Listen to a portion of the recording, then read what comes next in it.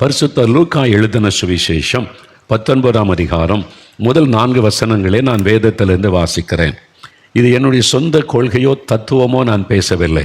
தேவனுடைய வார்த்தை, இது தேவனுடைய வார்த்தை, தேவனுடைய வசனம். இதற்கு வல்லமையும் ஜீவனும் உண்டு. இதிலிருந்து உங்களுக்கு நான் விளக்கி சொல்லுகிறேன் ஆண்டவர் இயேசு எப்படிப்பட்டவர் என்று சொல்லி. நம்ம விசுவாசிக்கிற அந்த ஆண்டவர் எப்படிப்பட்டவர் என்று அறிந்து கொள்ளும் போது நம்முடைய வாழ்க்கையில் அற்புதம் நடக்கும். இப்போ பாருங்க, இயேசு எரிகோவில் பிரவேசித்து அதன் வழியாய் நடந்து போகையில், எரிகோ என்பது ஒரு பட்டணத்தினுடைய பெயர். இப்பவும் இஸ்ரவேல் தேசத்தில் இந்த எரிகோ பட்டணம் இருக்கிறது. எரிகோ என்று தான் அதற்கு பெயர். அந்த பட்டணத்தின் வழியாய் நடந்து போகையில் ஆயக்காரருக்கு தலைவனும் ஐஸ்வர்யவானுமாயிருந்த சகையு எனப்பட்ட ஒரு மனுஷன். சகையு என்பது ஒரு மனிதனுடைய பெயர். அந்த காலத்தில் அந்த பட்டணத்தில் வாழ்ந்த மனிதன். ஆயக்காரருக்கு தலைவன்னா அப்படின்னு என்னது அப்படின்னு கேட்டால் சீஃப் டேக்ஸ் கலெக்டர். இப்போ சொல்லல இன்கம் டேக்ஸ் கலெக்டர் என்றான்ல, டேக்ஸ் வசூலிக்கிறவங்க, வரி வசூலிக்கிறதுல இவன் தான் தலைவன். அந்த பகுதியில் வரி வசூலித்து அரசாங்கத்துக்கு செலுத்துவதில் அப்போ உயர்ந்த பதவியில் இருந்த ஒரு மனிதன். ஐஸ்வர்யவான், பெரிய செல்வந்தன் என்று வசனம் சொல்லுது. இப்போ 3வது வசனம் பாருங்க. இயேசு எப்படிப்பட்டவரோ என்று அவரை பார்க்க வகை தேடினான். இயேசு அவனுடைய பட்டணத்தின் வழியாக நடந்து போகிறதுனால இந்த இயேசு எப்படிப்பட்ட, நிறைய கேள்விப்படுறோமே, இந்த இயேசு அற்புதம் செய்கிறாரு, குருடருக்கு பார்வை கொடுக்கிறார், சப்பானியெல்லாம் நடக்க பண்ணுகிறார். இந்த இயேசு எப்படி இருப்பார், அவரை பார்க்கணும். அவனுக்குள்ள ஒரு ஆசை. அவன் குள்ளனானபடியால் ஜனக்கூட்டத்தில் அவரை காணக்கூடாமல், ஷார்ட் மேன், குள்ளன். இயேசுவை சுற்றில் எப்பவுமே திரள் கூட்ட மக்கள் இருப்பாங்க. அப்படி சீஷர்களே 12 பேர். மக்கள் அவர் போகிற இடம்லாம் ஜனக்கூட்டம் கூடிவிடும். என்னால் அவர் அற்புதங்களை செய்கிறார், ஜனங்களுக்கு விடுதலை கொடுக்கிறார். அதை பெற்றுக்கொள்ள ஒரு கூட்டம், அதை வேடிக்கை பார்க்க ஒரு கூட்டம். இந்த இயேசு எப்படிப்பட்டவர் என்று பார்த்தனால பெருங்கூட்டம். இவன் குள்ளனானதுனால இயேசுவை பார்க்க முடியவில்லை. அவர் போகும் வழியில் முன்னாக ஓடி அவரை பார்க்கும்படி ஒரு காட்டத்தி மரத்தில் ஏறினான்.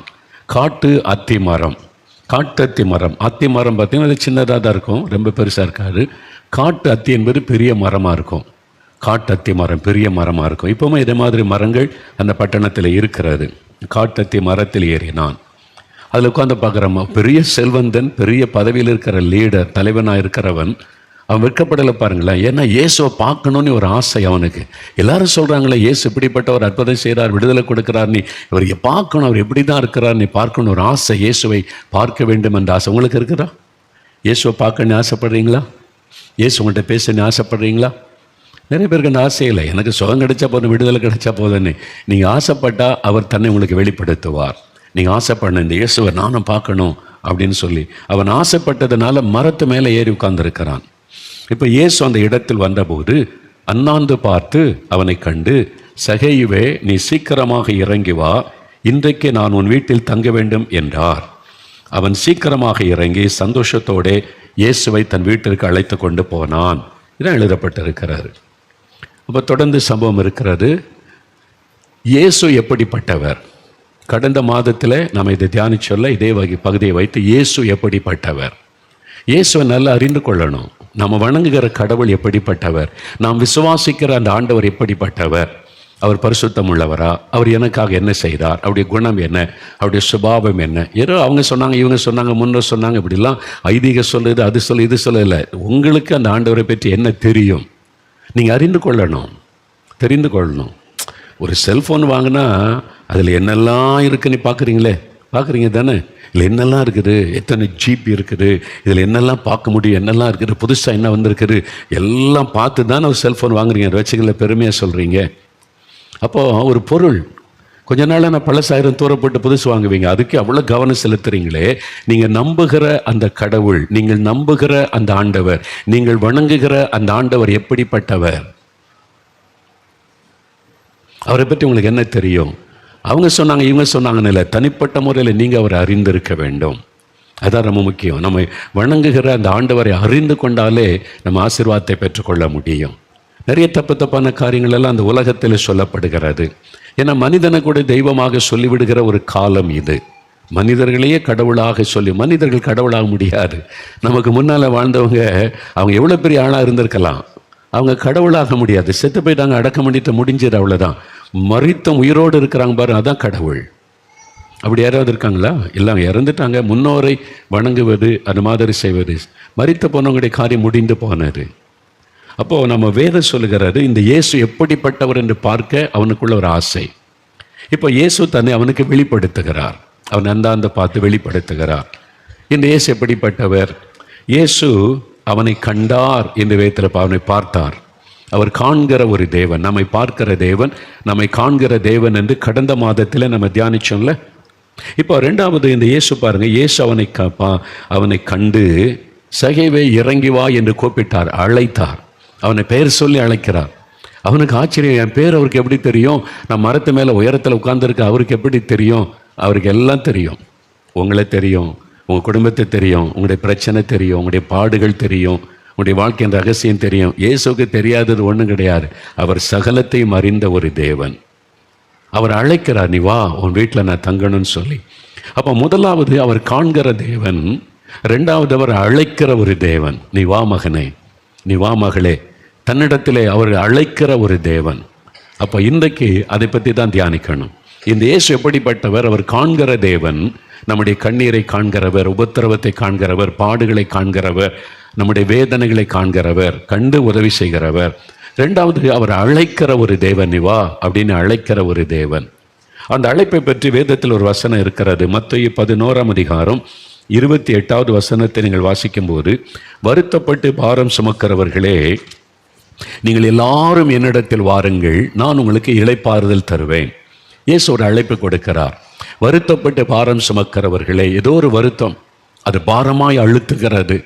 அந்த வருத்தத்தில் பாரத்தில் கஷ்டப்பட்டு கொண்டு இருக்கிறீங்களா? நிம்மதி இல்லை, சமாதானம் இல்லை, பயமாக இருக்குது, கலக்கமாக இருக்கிறது, ஒரு நிம்மதியான வாழ்க்கையே இல்லை, இந்த பாரத்தில் என்னை அழுத்தி கொண்டே இருக்கிறது என்று அங்கலாய்க்கிறீங்களா? வருத்தப்பட்டு பாரம் சுமக்கிறவர்கள் நீங்கள் யாராக இருந்தாலும் சரி, ஏன் வருத்தத்தோட அந்த பாரத்தோட துக்கத்தோடு நீங்கள் வாழணும்?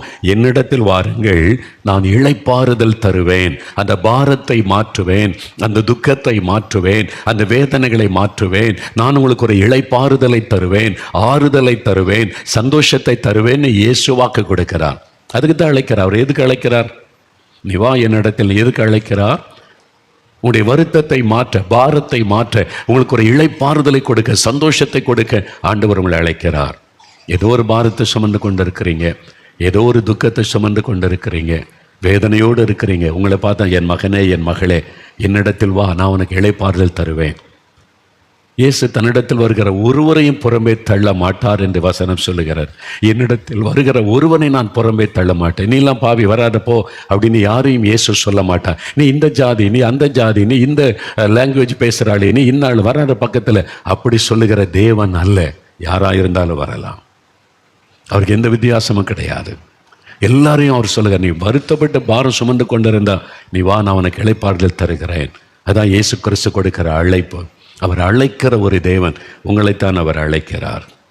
சரி, இந்த சத்தத்தை கேட்டு சிலர் இயேசுகிட்ட வந்தாங்க. வருத்தம், பாரம். வருத்தம் ஒரு பக்கம், பாரம் ஒரு பக்கம். அதனால நிம்மதி இல்லாமல் வேதனைப்பட்ட சிலர் இயேசுவனிடத்தில் வந்தாங்க. அநேகர் வந்தாங்க. அவங்களுக்கெல்லாம் ஆண்டவர் இளைப்பாறுதலை கொடுத்தார். அப்படிப்பட்ட ஒரு 3 சம்பவத்தை வேதத்திலிருந்து நான் உங்களுக்கு சொல்லி நம்ம ஜெபிக்க போகிறோம். ஏன் தெரியுமா? அதே மாதிரி வருத்தத்தோடு நீங்கள் இருக்கிறீங்க, அதே மாதிரி பாரத்தை நீங்கள் சுமந்து கொண்டு இருக்கிறீங்க. அந்த பாரம் உங்களை அழித்து கொண்டு இருக்கிறது. நிம்மதி இல்லை, சமாதானம் இல்லை, தூங்க முடியல, ஒரு மகிழ்ச்சியாக இருக்க முடியல. இது என்ன வாழ்க்கை என்று அந்த பாரம் சுமந்து சுமந்து வேதனையில் இருக்கிறீங்க. உங்களுக்கு இன்றைக்கு இளைப்பாறுதலை இயேசு கொடுக்க போகிறார். வேத புஸ்தகத்தில் பரிசுத்த லூக்கா எழுதின சுவிசேஷம் 7ஆம் அதிகாரம். இந்த 7ஆம் அதிகாரத்தில் பரிசுத்த லூக்கா எழுதின சுவிசேஷம் 7ஆம் அதிகாரம் 37 முதல் 37, 38 இந்த 2 வசனத்தில் ஒரு காரியம் சொல்லப்படுகிறாரு. இயேசு ஒரு குறிப்பிட்ட இடத்துல ஒரு பட்டணத்தில் போய் ஒரு வீட்டில் விருந்துக்கு கூப்பிட்டதுனால அவங்களோட சாப்பிட உட்கார்ந்துருக்கிறார். என்ன நடக்குது பாருங்க. பரிசுத்த லூக்கா எழுதின சுவிசேஷம் 7ஆம் அதிகாரம் 37, 38 வசனம். அப்பொழுது அந்த ஊரில் இருந்த பாவியான ஒரு பெண், ஒரு ஸ்திரீ, அவர் பரிசேயன் வீட்டிலே பந்தி இருக்கிறதை அறிந்து ஒரு பரணியில் பரிமள தைலம் கொண்டு வந்து இயேசுவின் பாதங்களின் அருகே பின்னாக நின்று அழுது கொண்டு அவருடைய பாதங்களை தன் கண்ணீரினால் நனைத்து அவருடைய பாதங்களை முத்தம் செய்து பரிமள தைலம் பூசினாள் என்று வேறு சொல்லு. ஒரு பெண் இயேசு கிறிஸ்துவிடத்தில் வந்து பின்னாக நின்று அழுது கொண்டே இருக்கிறாள். கண்ணில் கண்ணீர் வடிந்து கொண்டே இருக்கிறாரு. இயேசுடைய பாதத்தில் விழுந்து அழுகிறாள். அவருடைய கண்ணீர் இயேசுவின் பாதத்தில் விழுகிறது. அவளுக்கு ஒரு பாரம், அவளுக்கு ஒரு இளைப்பாறுதல் இல்லை, சமாதானம் இல்லை, நிம்மதி இல்லை, ஒரு பாரம், வருத்தம், அவளுடைய உள்ளத்தை ஒரு வருத்தம் அப்படியே வேதனைப்படுத்துகிறது, பாரம் சுமந்து கொண்டிருக்கிறாள். அதிலிருந்து ஒரு விடுதலை வேணும், அதுக்காக இயேசுவண்டை வந்து அழுகிறாள். அவளுக்கு என்ன பாரம்?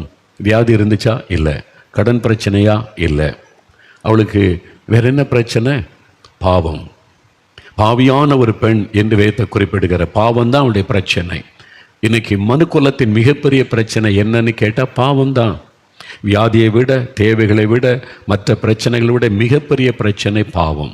அது ஒரு பாரமாய் நம்மை அழுத்துகிறதா இருக்கிறது. வேத புஸ்தகத்தில் 38வது சங்கீதம் ஒரு பக்தன் தன்னுடைய அனுபவத்தை எழுதுகிறார். 38ஆம் சங்கீதத்தில் 4-6 வசனங்களை வாசிக்கிறேன் பாருங்க.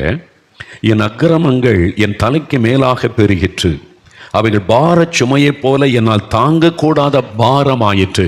என்னுடைய பாவம், என்னுடைய அக்கிரமங்கள் தாங்க முடியாத பாரமாகிவிட்டன. தாங்க முடியலை, அது பாரமாகிவிட்டது. நான் வேதனைப்பட்டு ஒடுங்கினேன், நாள் முழுவதும் துக்கப்பட்டு திரிகிறேன். எதுக்கு அந்த துக்கம்? ஏன் அந்த வேதனை? பாவத்தின் பாரம். அதான் அந்த பக்தன், அந்த பாவம் என்னை பாரமாய் அழுத்துகிறது, சுமக்க முடியல, அதனால துக்கப்படுகிறேன். பாவம்தான் மனிதனுடைய மிகப்பெரிய பிரச்சனை. அதை மனிதன் பொதுவாக வெளியே சொல்லுவது இல்லை, ஆனால் உண்மையில் அதுதான்.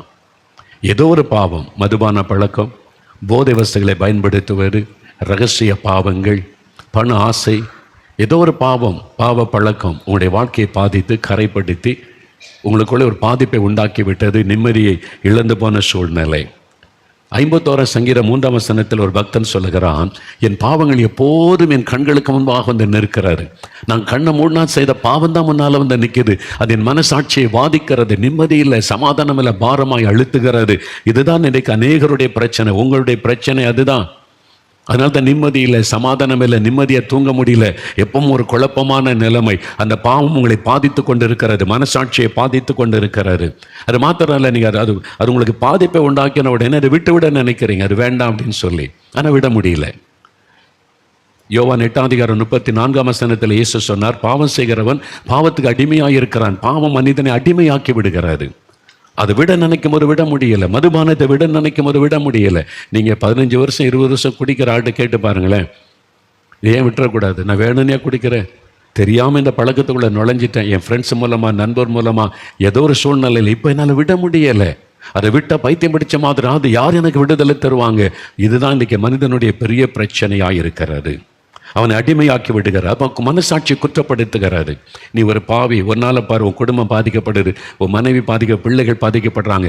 மனசாட்சி குற்றப்படுத்தினோடனே எல்லார் மேலே கோபம் வருது. மனைவி மேலே கோபம், பிள்ளைகள் மேலே கோபம், குடும்பத்தில் வந்து எப்பவுமே சண்டை சச்சரவு. இதுக்கெல்லாம் காரணம் அவனுடைய பாவம், அவனுடைய மனசாட்சியை வாதிக்கிறாரு. எதுங்க பாவம் அப்படின்னு நினைக்கிறீங்களா?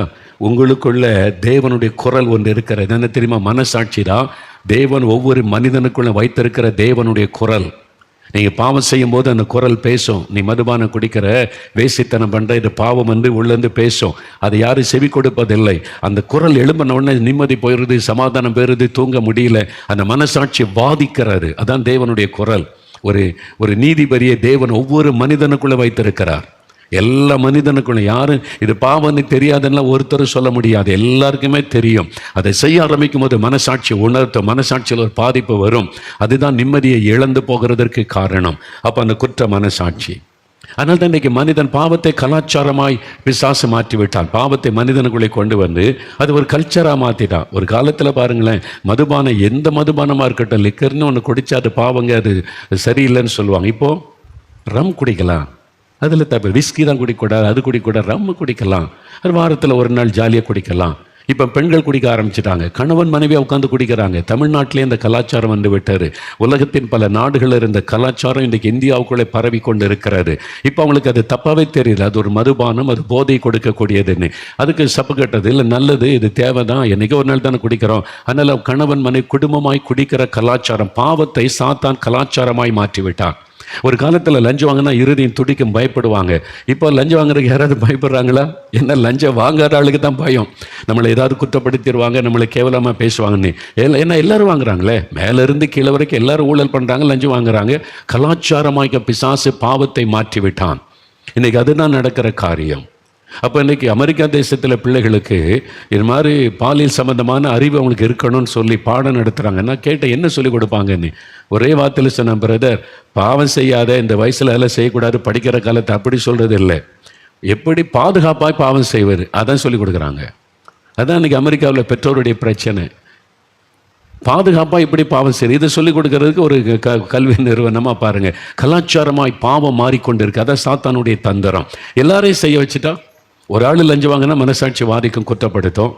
அங்கே இருக்கிற 100 வேலை ஒரு 75 பேரை லஞ்சம் வாங்க வச்சுட்டா அவ்வளோதான். அது கலாச்சாரம். எல்லாரும் வாங்குறாங்க, நானும் வாங்குறேன்.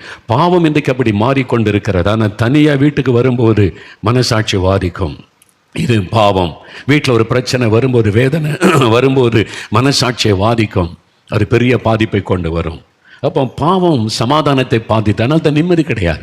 லஞ்சம் வாங்குற ஒரு ஆள் நிம்மதியை தூங்குவானா பாருங்களேன். பணத்தை ஒழிச்சு வைக்கிறான், அங்கங்கே வெட்டி கட் பண்ணி கோடிக்கணக்காக பணம் எடுக்கிறாங்க தாசில்தார் வீட்டில், பார்த்துருப்பீங்களா நியூஸில். அப்போ எல்லா மந்திரிக்குமே இப்போ பயம். எல்லா ஊழல் பண்ணுறவங்களுக்கு பயம், ஊழல் பண்ணாதவங்களுக்கு பயம் கிடையாது. லஞ்சம் வாங்குறவங்களுக்கு பயம், லஞ்சம் வாங்காதவங்களுக்கு நிம்மதியாக இருக்கிறாங்க, சமாதானமாக இருக்கிறாங்க. லஞ்சம் வாங்கிட்டு வீட்டுகளை வந்து அது எங்கே வைக்கிறது, பேங்க்லேயும் போட முடியாது, எங்கே ஒழிச்சு வைக்கிறது, எங்கேயாவது கண்டுபிடிச்சு வந்துடும். பயம். அப்போ நிம்மதி இல்லை, சமாதானம் இல்லை. இது இந்த பாவத்தினுடைய பாதிப்பு தான் இன்றைக்கு நிறைய மக்களை தொடர்ந்து கொண்டு இருக்கிறது. ஏன் வியாபாரம் செய்யறவங்க கூட கள்ள கணக்கு எழுதுனா பயம், நம்ம இன்கம் டாக்ஸ் ஆபீசர் வந்துருவாங்களோ, கண்டுபிடிச்சிருவாங்களோ பயம். ஆனா பரிசுத்தமா வாழ்ந்தா, நீதியாய் வாழ்ந்தால், அந்த பாவத்திலிருந்து விடுதலை பெற்றுவிட்டால் சமாதான, நிம்மதி. இதை கொடுக்கத்தான் இயேசு பாவிகளின் ரட்சகராக உலகத்தில் வந்தார். இன்னைக்கு ஏதோ ஒரு பாவம் உங்களை பாதித்து கொண்டே இருக்குல்ல. மதுபானம் விட முடியல, குடிக்க பழகிட்ட, என்ன செய்யறது? அதனால என் குடும்ப பாதிப்பு, எல்லாமே பாதிப்பு எனக்கு தெரியுது. நான் சம்பாதிக்கிற பணம் போகுது, எனக்கு விடுதலை கிடைக்குமா? உங்களுடைய பாவத்தை மன்னிக்க, உங்களுக்கு பாவத்திலிருந்து விடுதலை கொடுக்க இயேசு அழைக்கிறார். ஏண்டவா, நான் உன்னை மன்னிக்கிறது மாத்திரமல்ல, அந்த பாவத்தை விடுதலை தருவேன் என்று ஆண்டவர் சொல்றார். மதுபானம், போதை வஸ்துகள், ஏதோ ஒரு பாவ பழக்கம், புகைப்பிடிக்கிற பழக்கம், புகையிலை போடுகிற பழக்கம், அல்லது பொய் சொல்லுவது இச்சை, அது மாதிரி ரகசிய பாவங்கள், ஏதோ ஒரு பாவ காரியம். வாலிப தம்பி, வாலிப மகளே, யாருக்கும் தெரியாமல் நீ செய்து கொண்டிருக்கிற பாவம் மனசாட்சியை பாதிக்கிறது, பயப்படுத்துகிறது. ராத்திரில ஒரு நாள் தூங்க முடியல, ஒரு கலக்கம். இன்றைக்கு உனக்கு ஒரு விடுதலை தேவை, பாவ மன்னிப்பு தேவை. இயேசு சொல்கிறார், நான் உனக்கு இளைப்பாறுதல் தர்றேன், அந்த பாவத்தின் பாரத்தை மாற்றுகிறேன் என்று சொல்லி. முடியுமா? அப்படி செய்ய முடியுமா? நான் பாவத்தை உணர்ந்து மனம் திரும்பும்போது ஆண்டவர் அதை உங்களுக்கு செய்வார். இயேசு கிறிஸ்துவின் ரத்தம் சகல பாவங்களை நீக்க நம்மை சுத்திகரிக்கும். பாவம் ஒரு மனிதனை பாரமாய் அழுத்துகிறது. வருத்தப்பட்டு பாரம் சுமக்கிற எல்லாருமே இடத்தில் வாருங்கள், இளைப்பாறுதல் தருவேன் சொன்னார். இரண்டாவது இன்னொரு சம்பவம், பரிசுத்த மார்க் எழுதின சுவிசேஷம் 5ஆம் அதிகாரம். பரிசுத்த மார்க் 5ஆம் அதிகாரத்தில் 2 வசனத்தை வாசிக்கிறேன், 22, 23 வசனங்கள். அப்பொழுது ஜபா ஆலய தலைவரில் ஒருவனாகிய யபீரு என்பவன் இயேசுவினிடத்தில் வந்து, இயேசுவை கண்டவுடனே அவர் பாதத்திலே விழுந்து, என் குமாரத்தி மரண அவஸ்தைப்படுகிறாள், அவள் ஆரோக்கியம் அடையும்படிக்கு நீர் வந்து அவள் மேல் உமது கைகளை வையும், அப்பொழுது பிழைப்பாள் என்று இயேசுவை மிகவும் வேண்டிக் கொண்டான். இயேசு அவனுடனே கூட போனார். அதே மாதிரி இயேசு அந்த யவீரு என்கிற மனிதனுடைய அந்த விண்ணப்பத்தை கேட்டார். இயேசுவை தேடி வருகிறான். அவனுக்குள்ள ஒரு பாரம். யவீரு என்பவன் ஜபாலய தலைவன், அவனு கூட ஒரு பெரிய பொறுப்பில் இருக்கிற மனிதர், ஒரு பிரபலமான மனிதர், அந்த பட்டணத்திலே பிரபலமான மனிதர், ஒரு தலைவனாக இருக்கக்கூடிய மனிதர். அவருக்கு ஒரே ஒரு மகள், 12 வயதில் ஒரு மகள் தான். அப்போ ஒரு மகள்னா எவ்வளோ செல்லமாக பாசமாக வளர்த்துருப்பாங்க. அவள் வியாதிப்பட்டு மரணப்படுக்கையில் ஆகிவிட்டாள். அவர் சொல்லுகிறார், என்னுடைய மகள் மரண அவஸ்தையில் இருக்கிறாள், இப்போவோ அப்போவோ இறந்துருவா. அப்போ எவ்வளோ வைத்தியம் செய்திருப்பார். மருத்துவர்கள் கைவிட்டுட்டாங்க, இனி மரணம்தான் என்கிற சூழ்நிலை, கைவிடப்பட்ட ஒரு நிலைமை. இனி எங்க போறது? யார் எனக்கு உதவி செய்வாங்க? என் பிள்ளைய கண்முன்னால செத்து கொண்டிருக்கிறதே. ஒரு பாரம், ஒரு துக்கம் அவர் அழித்து கொண்டிருக்கிறாரு. அப்போதான் இயேசுவை குறித்து கேள்விப்படுகிறார். வருத்தப்பட்டு பாரம் சுமக்கிற யாருனாலும் இயேசுகிட்ட வரலாம், அவங்களுக்கு அவர் அற்புதம் செய்து இளைப்பாறுதலை தருகிறார் என்ற செய்தி. அவர் இயேசுவை தேடி போகிறார். எவ்வளவு இயேசுவின் பாதத்தில் வந்து விழுகிறார். விழுந்து, என் மகள், ஒரே மகள் மரண அவஸ்தையில் இருக்கிறாள் என்று அழுகிறார். இயேசு அவரோடு கூட போனார். போகிற வழியிலேயே அந்த குழந்தை மரித்து விட்டது. என்ன சீரியஸான நிலைமையில தான் இயேசுவை தேடி வந்தார். 12 வயசு அந்த சிறுபெண் மரித்து விட்டாள். இயேசு ஆறுதல் சொல்லி வீட்டுக்கு போய் மரித்து போன அந்த சிறுபெண்ணை தொட்டார். அவளுக்குள்ள உயிர் வந்து விட்டாரு. அந்த துக்கம், அந்த பாரம் நீங்க ஒரு பெரிய மகிழ்ச்சி அவருக்குள்ளே வந்து விட்டாரு. மரண அவஸ்தையில் இருந்த மகள், மரித்துவிட்ட மகள், இது இல்லாமல் போய்விட்டார். இன்னும் அவ்வளவுதான், ஒரே பிள்ளையும் இல்லை, இப்ப குழந்தையே இல்லாமல் போய்விட்டாரு. இயேசு வந்து தொட்டார், அந்த குழந்தை உயிர் பெற்றாரு. அவருடைய பாரம் நீங்கி ஒரு சந்தோஷம், மன மகிழ்ச்சி உண்டானாரு. எனக்கு அன்பானவர்களே, இன்றைக்கு குழந்தைகள், ஒவ்வொரு வீட்டிலும் குழந்தைகள், வியாதிப்பட்ட குழந்தைகளை வைத்துக்கொண்டு வேதனைப்படுகிற பெற்றோர், அல்ல என் குழந்தை இப்படி ஒரு குழந்தை எனக்கு பிறந்து விட்டதே என்று மூளை வளர்ச்சி இல்லாத குழந்தையின் நிமித்தம் வேதனையோடு கண்ணீர் வடித்து கொண்டிருக்கிற பெற்றோர், ஹைப்பர் ஆக்டிவாக இருக்குது, இந்த குழந்தை அடக்க முடியல. டாக்டர்ஸ் அதுக்கு ஒரு பெயர் சொல்கிறாங்க, ஹைப்பர் ஆக்டிவ்ன்றாங்க. எங்கேயுமே கூட்டிகிட்டு போக முடியல, பொது இடத்து போக முடியல, அந்த குழந்தை வினோதமாய் நடக்குது. அது ஒரு வியாதி, அந்த பிள்ளை பாதிக்கப்பட்டிருக்கு, வேணும்னு அதை செய்வது இல்லை. இன்னொரு பக்கம் பார்த்தீங்கன்னா ஆர்டிசம், இந்த குழந்தைக்கு ஆர்டிசம்னு டாக்டர் சொல்கிறாங்க. அதனால இந்த குழந்தை என்ன செய்யற, இந்த ஒரு அந்த கை குழந்தை மாதிரி தான் நாங்கள் பார்த்து கொள்ள வேண்டியது இருக்கிறது. 10 வயசு 12 வயசு பிள்ளையை கூட எவ்வளோ பெரிய பாதிப்பு. இந்த மாதிரி குழந்தைகளோடு ஜெபம் பண்ணுவதற்கு அநேக பெற்றோர் வருவாங்க. அதை பார்க்கும் பொழுது மனதுக்கே ஒரு பெரிய வேதனை. அந்த பெற்றோருக்கு எப்படி இருக்கும்? இல்லை பாதிக்கப்பட்ட இந்த குழந்தை வைத்து, இது ஒரு பக்கம். இன்னொரு பக்கம் குழந்தையே இல்லை, அந்த நிந்தை, அவமானம், வேதனை, அதுக்கு மத்தியில் கண்ணீரோடு நிற்கிறவர்கள். 1 சாமுவேல் 1:7 வாசித்தால், அன்னாள் என்கிற ஒரு பெண், அவளுக்கு நல்ல கணவர், அன்பான கணவர், நிறைய சொத்து வசதி எல்லாமே, பக்தி உள்ள கணவர் எல்லாம் இருந்தது, குழந்தை இல்லை. அவர் ஆறுதல் படுத்துகிறார், நான் உன்னை ஒன்றும் சொல்லலையே, நீ சந்தோஷமாயிரு, குழந்தை இல்லைன்னா என்ன, நீ எனக்கு முக்கியம், நான் உனக்கு முக்கியம்னு சொல்லுகிறார். ஆனால் நிந்திக்கப்படுகிறாள், பரிகாசம் பண்ணப்படுகிறாள், மற்றவங்களுடைய சுடுசொல் அவருடைய உள்ளத்தை காயப்படுத்துகிறது, அவமானப்படுத்துகிறாங்க. அதனால சாப்பிடாமல் அழுது கொண்டே இருக்கிறாள், சாப்பிட மனம் இல்லை. சிலர் சொல்லுவாங்க, இந்த குழந்தை இல்லாத நிலைமையில சாப்பிட மனம் இல்லை. எதுக்கு வாழணும்? நமக்கு தான் ஒரு குழந்தை இல்லையே, எதுக்கு வாழணும்? பக்கத்தில் சொந்தக்காரங்க வீட்டுக்கு போக முடியல, ஒரு கல்யாணத்துக்கு போக முடியல, ஒரு சடங்குக்கு போக முடியல, பரிகாசம் பண்ணுறாங்க, ஒதுங்கி நில்லுன்னு சொல்கிறாங்க, சமுதாயம் புறக்கணிக்கிறது, கேவலமாக பேசுகிறாங்க, வீட்டார் பேசுகிறாங்க, வேலை செய்கிற இடத்துல பேசுகிறாங்க. வேதனைப்படுகிற ஆண்களையும் பெண்களையும் நான் பார்த்துருக்கிறேன். சகோதரர்கள் கூட வேலை செய்கிற இடத்துல இப்படி பரிகாசமாக பேசுகிறாங்க, நிந்தையா பேசுறாங்க. எத்தனை வருஷம் ஆச்சு, என்ன குழந்தை இல்லையான்னு கேட்கும்போது இருதயம் காயப்படுகிறது. நீலாம் இதுக்கு இந்த ஃபங்க்ஷனுக்கு வர்ற, உனக்கு தான் குழந்தை இல்லையே, அது சொல்லி அவமானப்படுத்தும் ஒரு இருதயமே நொறுங்கி ஏன் வாழ வேண்டும் என்று தோன்றுகிறது. 10 வருஷம் ஆச்சு, 15 வருஷம் ஆச்சு, இனி குழந்தை பிறக்க வாய்ப்பு இல்லை. மருத்துவம் கைவிட்டு விட்டது, லட்சக்கணக்காக பணம் செலவு பண்ணியும் மருத்துவம் கைவிட்டு விட்டது. என்ன பண்ணுவது? 2 முறை கருச்சரிவு ஏற்பட்டு விட்டது, குழந்தை கிடைச்சிரோன்னு நினைச்சா அழிந்து விட்டது 2 முறையும். இனி அவ்வளவுதான் என்கிற ஒரு சூழ்நிலை. குழந்தை இல்லையே என்ற வேதனை ஒரு பக்கம். பிறந்த குழந்தை இப்படி இருக்குது, ஆர்டிசமாக இருக்குது, மூளை வளர்ச்சி இல்லாமல் இருக்குது, பிறவிலேயே இந்த குழந்தை பாதிக்கப்பட்டிருக்குன்னு சொல்கிறாங்க, ஹார்ட்டில் ப்ராப்ளம்ன்றாங்க. குழந்தை பிறந்த 1 வயசு ஆகிறதுக்குள்ள ஆப்ரேஷன் பண்ணணும்னு சொல்கிறாங்க.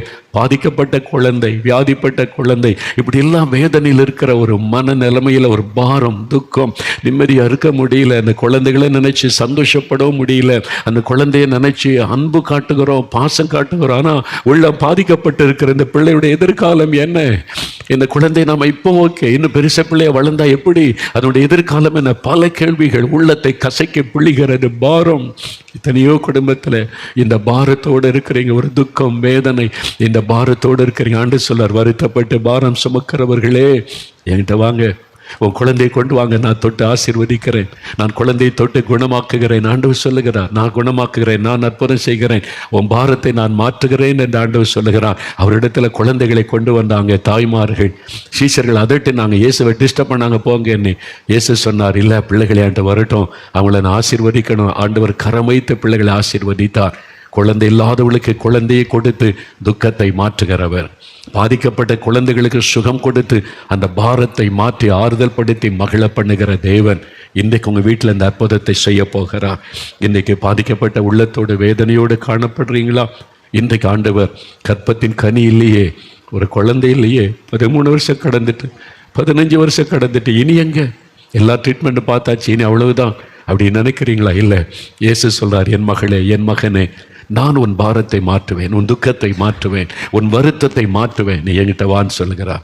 நீங்கள் அவரிடத்திலே அந்த பாரத்தை சொல்லும் பொழுது கட்டாயம் உங்களுக்கு அற்புதம் செய்து நிந்தையை மாற்றும்படி ஒரு அற்புதம் செய்வார்.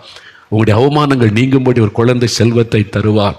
இல்லை, பாதிக்கப்பட்ட குழந்தையாலாம் இருக்குது, மூளை வளர்ச்சி இல்லையே, சரீரம் பாதிக்கப்பட்டிருக்குது, வியாதிப்பட்ட குழந்தையாலாம் இருக்குது, டாக்டர் சொல்கிறாங்க இந்த குழந்தை பிழைக்காதுன்னு வேற சொல்கிறாங்களே.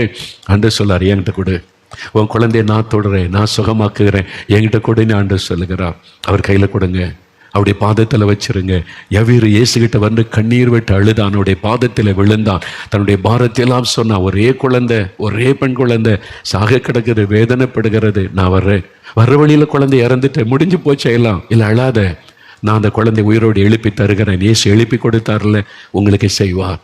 பாதிக்கப்பட்ட குழந்தையை குணமாக்குவார். இல்லாத ஒரு குழந்தை உங்களுக்கு உருவாக்கி தருவார். அவரால் முடியும். ஆண்டவர் இன்றைக்கு பலத்த அற்புதம் செய்து கொண்டிருக்கிறார். என் ஆவியலை தெளிவாய் நான் உணர்கிறேன். நிறைய குழந்தைகள், ஆட்டிசம் உள்ள குழந்தைகளுக்குள்ளே மாற்றத்தை நீங்கள் பார்ப்பீங்க. மூளை வளர்ச்சியில்லாத குழந்தைக்குள்ளே மாற்றத்தை நீங்கள் பார்ப்பீங்க.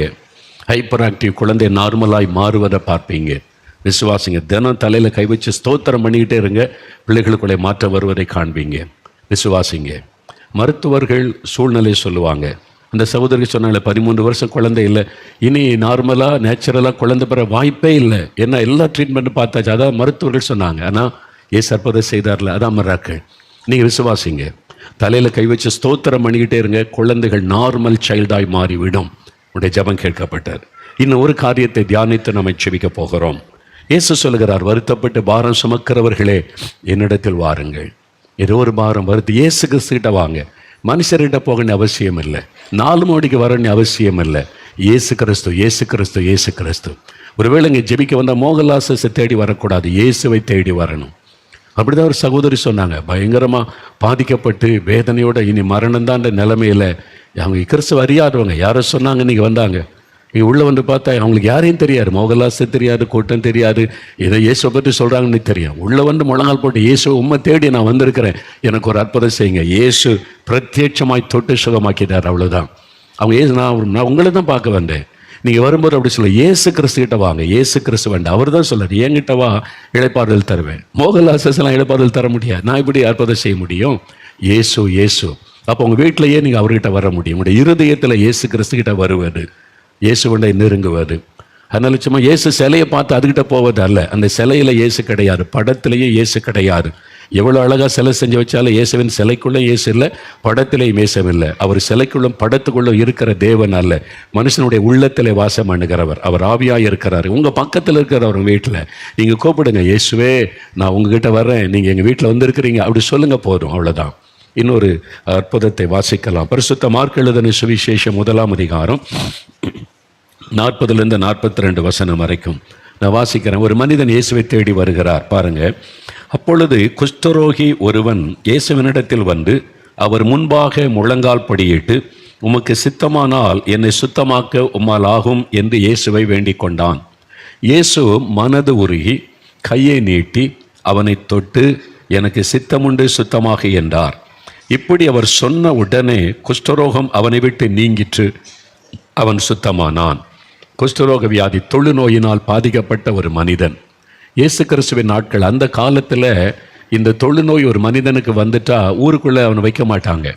அந்த வியாதி தீட்டான வியாதியாய் கருதப்பட்டது. குடும்பத்தாரை வீட்டில் வைக்க மாட்டாங்க. அவனை ஊருக்கு வெளியில் காடுகளில் மலை கோய்களில் தான் அந்த மாதிரி தொழுநோயினால் பாதிக்கப்பட்டவங்க கூட்டமாக இருப்பாங்க.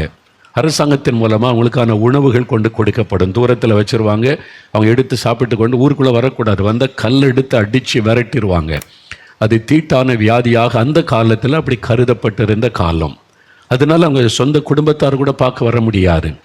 அந்த எவ்வளோ பயங்கர இல்லை, சமுதாயத்தால் புறக்கணிக்கப்பட்ட நிலைமை. ஒரு மனிதன் பாருங்கள், இந்த தொழுநோயினால் பாதிக்கப்பட்டு அவனுடைய சரீரத்தில் வேதனை ஒரு பக்கம், உள்ளத்தில் உண்டான பாரம், சமுதாயத்தால் புறக்கணிக்கப்பட்டதுனால வருத்தம், பாரம், சரீரத்தில் வேதனை, வருத்தம், உள்ளத்துக்குள்ள பாரம் சுமந்து வேதனைப்பட்டு என்ன நினச்சிருப்பான், நான் ஏன் இந்த உலகத்தில் பிறந்தேன், கடவுள் ஏன் என்னை படைச்சாரு, எனக்கு ஏன் இப்படி நடக்கணும், நான் சமுதாயத்தை விட்டு புறக்கணிக்கப்பட்டு இந்த காட்டுக்குள்ளே நாங்கள்லாம் வந்து கிடக்கிற அந்த மாதிரி ஒரு மன வேதனை அவனுக்கு இருந்திருக்கும்ல.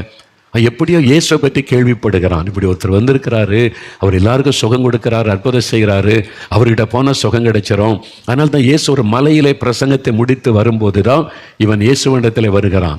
தூரத்தில் முழங்கால் படியிட்டு கூப்பிடுகிறான்.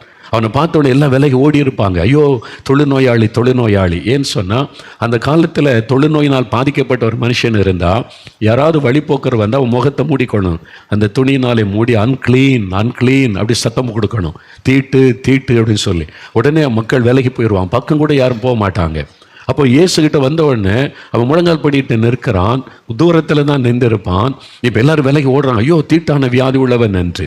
அவன் தூரத்தில் நின்று, உங்களுக்கு சித்தமானா என்னை சுத்தமாக்குங்க, ஏன்னா நான் சபிக்கப்பட்டவன் ஆயிட்டேன், சமுதாயத்தால் புறக்கணிக்கப்பட்டவன் ஆயிட்டேன், எல்லாரும் என்னை தீட்டானவனை ஒதுக்கிட்டாங்க, குடும்பத்தாரே என்னை ஒதுக்கிட்டாங்க, எனக்கு அன்பு காட்ட நேசிக்க யாருமே இல்லை, அதனால உங்களுக்கு சித்தமானா என்னை குணமாக்கும் அப்படின்னு. இயேசுவனை பார்த்த உடனே மனதுருகினார். வசனம் சொல்லுகிறது, இயேசு மனதுருகினார், கையை நீட்டி அவனை தொட்டார். தூரத்தில் நின்று சுகமாக்குன்னு சொல்லலை, நீ தீட்டானவன் தூரத்தில் நெல்லு, நான் குணமாக்குறேன்னு சொல்ல. இயேசு பக்கத்தில் போய் தன் கரத்தினால் தொடுகிறார். எல்லாரும் பார்த்துருப்பாங்க, என்ன ஒரு தீட்டான வியாதி உள்ளவனை தொடுகிறார். எந்த வியாதி உள்ளவங்களும் இயேசுவை தீட்டுப்படுத்த முடியாது. இயேசு தொட்டா தீட்டான வியாதி, தீட்டான பாவம் எல்லாம் மறைஞ்சு போய்விடும். அதுதான் இயேசுவுக்கு மற்றவங்களுக்குள்ள வித்தியாசம். இயேசுவை எதுவும் தீட்டுப்படுத்த முடியாது. அவரை தொடுகிற எல்லாமே தீட்டு நீங்க சுத்தமாகிவிடும். இயேசு போய் பக்கத்தில் அவனை தொடுகிறார், அதுதான் அவனுடைய உள்ளத்தை தொட்டது. எல்லாரும் யாரும் குடும்பத்தில் பக்கத்தில் கூட யாரும் வர மாட்டேங்கிறாங்க. நீங்கள் என்னை தொடுறீங்களா ஆண்டவரே, அதான் இயேசு. அவர் உங்கள் பக்கத்தில் வருகிறார். மகளே மகனே, எல்லாரும் உன்னை புறக்கணிக்கிறாங்களா? நீ பாவம் செய்துட்ட, சாபம், அதனால தான் கஷ்டப்படுறேன்னு உன்னை பரிகாசம் பண்ணுறாங்களா? நான் இருக்கிறேன் உனக்கு, நான் உன்னை நேசிக்கிறேன், உன்னை புரிந்து கொள்ளுகிற ஆண்டவர், நீ என்கிட்ட வா, நான் உன்னை அணைத்து கொள்ளுவேன், சுகம் கொடுப்பேன், விடுதலை கொடுப்பேன், உன் பாரத்தை மாற்றுவேன் சொல்ல. ஆண்டவர் பாருங்க, தொட்டார், தொழுநோய் மறைந்து விட்டது, அற்புதமான சுகம். இன்னைக்கு ஏதோ ஒரு வியாதி பாதிக்கப்பட்டிருக்கிறீங்க, மனதை கஷ்டப்படுத்துது, வேதனையில் இருக்கிறீங்க, இந்த வியாதி சுகமாகுமா, நான் என்ன பாவம் செஞ்சனோ அது மாதிரிலாம் நினைக்கிறீங்களா? ஆண்டவர் சொல்கிறார், எதுவாக இருக்கட்டுமே, நான் உன் பாவத்தை மன்னித்து உன்னை குணமாக்குவேன் ஆண்டவர் சொல்லுகிறார். அநேக வருஷத்துக்கு முன்னால் ஒரு ஊழியக்காரர் அவருடைய வாழ்க்கையில் நடந்த சம்பவத்தை சொன்னார். வாலிப வயசு, வாலிபனாக இருந்தபோது இயேசுவை அறியாதவர், அவருடைய நுரையீரல் 2 லங்ஸ் பாதிக்கப்பட்டு, டிபியினால் பாதிக்கப்பட்டு, 2 லங்ஸுமே நுரையீரல் பாதிக்கப்பட்டு மூச்சு விட கஷ்டம். ஆஸ்பத்திரி கொண்டு போனாங்க. சென்னையில் ஒரு பிரபலமான ஆஸ்பத்திரி. அங்கே ஆஸ்பத்திரியில் போய், அவர் ஒரு ஏழை வாலிபன், கவர்மெண்ட் ஆஸ்பத்திரியில் தான். அந்த காலத்தில் எக்ஸ்ரே தான், எக்ஸ்ரே எடுத்து பார்த்தா 2 லங்ஸும் முற்றிலும் பாதிக்கப்பட்டு விட்டது. டாக்டர் சொன்னாங்க, நீ பிழைக்கிறது ரொம்ப கஷ்டம், ஏன்னா 2 நுரையீரலும் பாதிக்கப்பட்டு விட்டது, எங்களால் முடிந்த ட்ரீட்மெண்ட்டை தருகிறோன்னு சொல்லி அங்கே ஆஸ்பத்திரியில் தங்கியிருந்தான். அவனுக்குள்ளே இந்த வாலிப வயசில் 2 லங்ஸும் பாதிக்கப்பட்டு போச்சு. டாக்டர்கள் முடியாதுன்னு சொல்கிறாங்க, மரண நிச்சயன்ற சூழ்நிலை வந்து விட்டது. ஏதோ என்னை ஆறுதல் படுத்த டாக்டர்ஸ் பேசுகிறாங்க, எனக்கு நல்லா தெரியுது இனி நான் பிழைக்க முடியாது.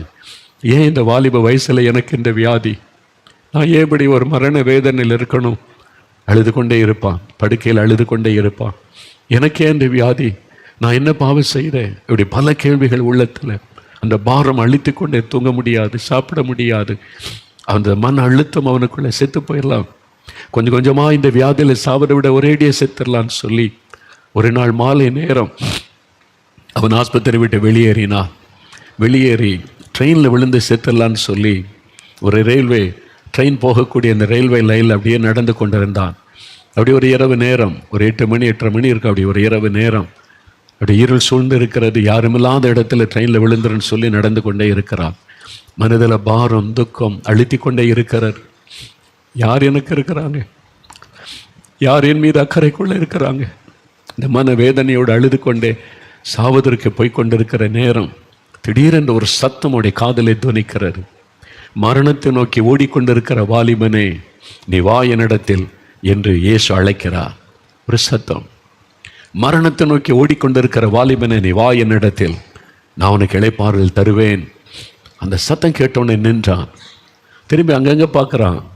ரயில்வே லைன், ட்ரெயின் இன்னும் கொஞ்சம் நேரத்தில் வந்துவிடக்கூடும், ஆள் நடமாட்டமே இல்லை, யார் சத்தம் கேட்குது அப்படின்னு யோசிக்கிறான். திரும்பவும் அதே சத்தம்.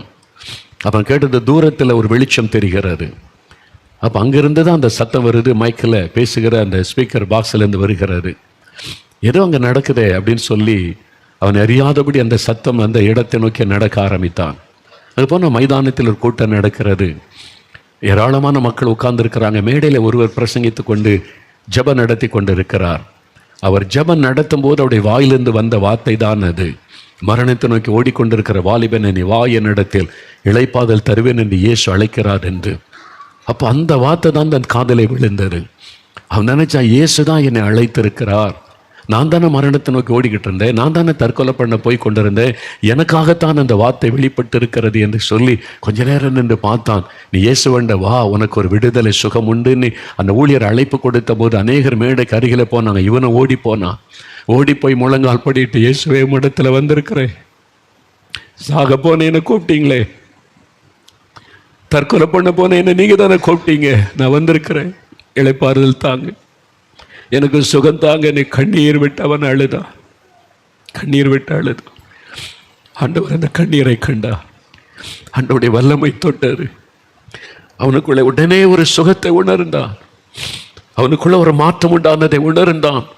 நல்ல மூச்சு விட முடியுது, கஷ்டம் இல்லை, ஒரு சுகம் உண்டானதை உணர்ந்தான். ஒரு பெரிய சந்தோஷம், உள்ளத்தில் ஒரு பெரிய மகிழ்ச்சி. என் பாரமெல்லாம் போய்விட்டது. ஒரு இளைப்பாறுதல், சந்தோஷம், சமாதானம். திரும்ப ஆஸ்பத்திரிக்கு போனான். ராத்திரி 10 மணிக்கு ஆஸ்பத்திரியில் அவனை தேடுறாங்க. டாக்டர்ஸ் எல்லாம் பெட்ல இருந்த வியாதிஸ்தன் எங்க, எப்படி வெளியே போனான், எப்படி விட்டீங்க? இவன் போய் நின்றான். சந்தோஷமா சொன்னான், நான் தான் சாக போனேன், ஆனால் ஒருவர் என்னை தடுத்து விட்டார். தற்கொலை பண்ணி சாக போன என்னை ஒருவர் தடுத்து நிறுத்தி விட்டார். எனக்கு சுகம் கொடுத்துட்டார். டாக்டர், என்ன இன்னொரு எக்ஸ்ரே எடுத்து பாருங்க. உன்னை எக்ஸ்ரே தான் நம்மகிட்ட இருக்குது தம்பி, ஏதோ வியாதி வேதனையில் சொல்ற, இல்லை நான் சுகமாயிட்டேன், ஒரு எக்ஸ்ரே எடுத்து பாருங்க கெஞ்சினா.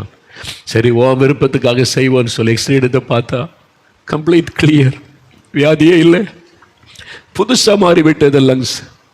அதை பார்த்தா டாக்டர்ஸுக்கே குழப்பம். இந்த எக்ஸ்ரேல எப்படி இருக்குது, இந்த எக்ஸ்ரேல எல்லாம் லங்ஸ் புதுசாக இருக்குது, எப்படி? அந்த வாலிபன் 2 கையில் எடுத்துக்கிட்டு ஆஸ்பத்திரியில் துள்ளி குதித்து ஓடினா, நான் சுகமாயிட்டேன், நான் சுகமாயிட்டேன், ஏசு என்னை சுகமாக்கிட்டேன். பெரிய சந்தோஷம், பெரிய மகிழ்ச்சி. துக்கத்தை சந்தோஷமாய் மாற்றுகிற இயேசு, துக்கத்தை சந்தோஷமாய் மாற்றுகிற இயேசு மைதானத்தில் கூட அவர் அற்புதம் செய்வார், உங்க வீட்டுக்குள்ள அற்புதம் செய்வார். அவரை தேடி நீங்க எங்க ஓட வேண்டியதில்லை, பணம் செலவு பண்ண வேண்டியதில்லை, விசுவாசித்தா போதும். எனக்கு சொல்றார், மகனே மகளே, வருத்தப்பட்டு பாரம் சுமந்து வியாதியினால வேதனைப்பட்டு ஒடுங்கி போய் நிற்கிறாயா, ஏகிட்ட வா, நான் உன்னை குணமாக்குகிறேன். மத்தேயு 14:14 சொல்லுகிறது, வியாதிஸ்தரை கண்டு இயேசு மனதுருகி அவர்களை தொட்டு குணமாக்கினார். ஏன் தெரியுமா? மத்தேயு 8:17 வாசிக்கிறோம், நம்முடைய பலவீனங்களை, நோய்களை சிலுவையில் இயேசு சுமந்தார். நம்முடைய பாவங்கள் சாபங்களை மாத்திரம் அல்ல, நம்முடைய நோய்கள் பலவீனங்களை கூட இயேசு சிலுவையில் சுமந்தார். அவருடைய தழும்புகளால் குணமாகிறோம். அவருடைய தழும்புள்ள கரவங்களுக்காய் நீட்டப்பட்டு இருக்கிறார்.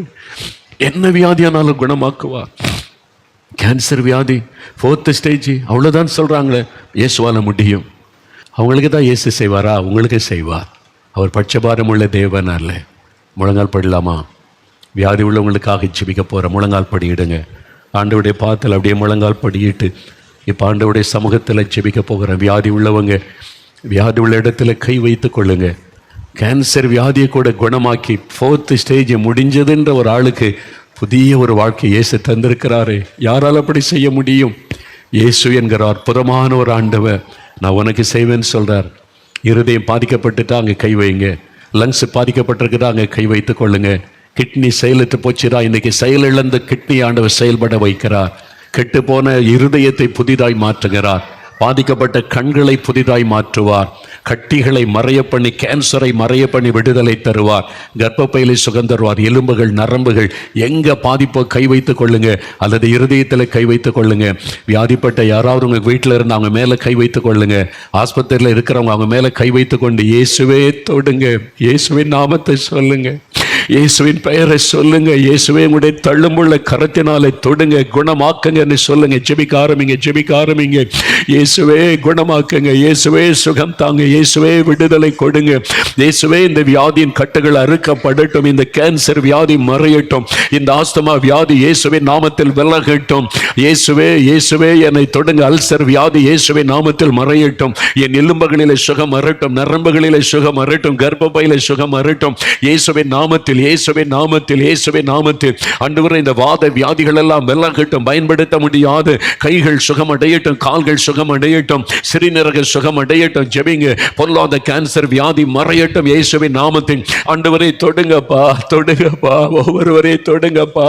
கண்ணீரோடு இந்த பிள்ளைகள் ஜெபிக்கிறாங்க, கண்ணீரோடு ஜெபிக்கிறாங்க. எங்கும் இருக்கிற தேவ பிள்ளைகள் என்ன ஜெபிக்க கேட்டுக்கொண்டாங்களோ அற்புதம் நடக்கணும். வியாதியஸ்தர்கள் சுகமடையணும், பாவ கட்டுகள் அறுக்கப்படணும், பயத்தின் ஆவிகள் இயேசுவின் நாமத்தில் அவளை விட்டு விலகணும், கடன் பிரச்சனை அவர்களுக்கு மாறி அற்புதம் நடக்கணும், வேலைக்கு வழிகள் திறக்கப்படணும், வழக்குகளுக்கு ஒரு முடிவு வரணும். இயேசுவின் நாமத்தில் அற்புதம் நடக்கட்டும். அபிஷேகம் தேவைன்னு கேட்கிற மக்களுக்கு அபிஷேகத்தை அருளி ஆவிக்குரிய வல்லமைகளை தாரும். பிசாசின் கட்டுகள் அறுக்கப்படட்டும், பில்லிசோனிய வல்லமை அழியட்டும், கடன் பிரச்சனை மாறட்டும், தொழில்கள் ஆசீர்வதிக்கப்படட்டும், வேலையிலே ப்ரமோஷன் உண்டாகட்டும், வேலைக்கு வழி திறக்கப்படட்டும். அத்தனை ஜெப குறிப்புகளை உம்முடைய பாதத்தில் வைத்திருக்கிறோம். ஆண்டவரே, சொல்லப்பட்ட இந்த ஜெப குறிப்புகள் உமக்கு வந்தவைகள். நீங்க தான் அற்புதம் செய்யணும், நீங்க தான் பதில் கொடுக்கணும். அத்தனை பேருக்கும் இயேசு கிறிஸ்துவின் நாமத்தில் அற்புதம் நடப்பதாக. நாங்கள் லட்சக்கணக்கான தேவ பிள்ளைகளும் ஊழியர்களும் இணைந்து இவர்களை ஆசீர்வதித்து ஜெபிக்கிறோம். இயேசு கிறிஸ்துவின் நாமத்தில் அற்புதம் நடப்பதாக. இப்பொழுதே அவர்கள் வீட்டுக்குள்ள அவங்க இருக்கிற இடத்தில் அற்புதங்கள் நடப்பதாக. ஒவ்வொருவருக்கும் அற்புதங்கள் நடக்கட்டும். நீ செய்து விட்டதற்காய் ஸ்தோத்திரம். நமக்கு நன்றி. எல்லாம் வலதுகரம் வைத்தங்க. இயேசுவே ஸ்தோத்திரம் சொல்லுங்க. இயேசுவே அற்புதம் செய்ததற்காய் ஸ்தோத்திரம், விடுதலை கொடுத்ததற்காய் ஸ்தோத்திரம். அற்புதம் செய்து விட்டீர், விடுதலை தந்து விட்டீர். ஸ்தோத்திரம், ஸ்தோத்திரம். அல்லேலூயா. உமக்கு நன்றி. மனதாரமை துதிக்கிறோம். இயேசுவின் நாமத்தில் ஜெபிக்கிறோம். ஆமென், ஆமென்.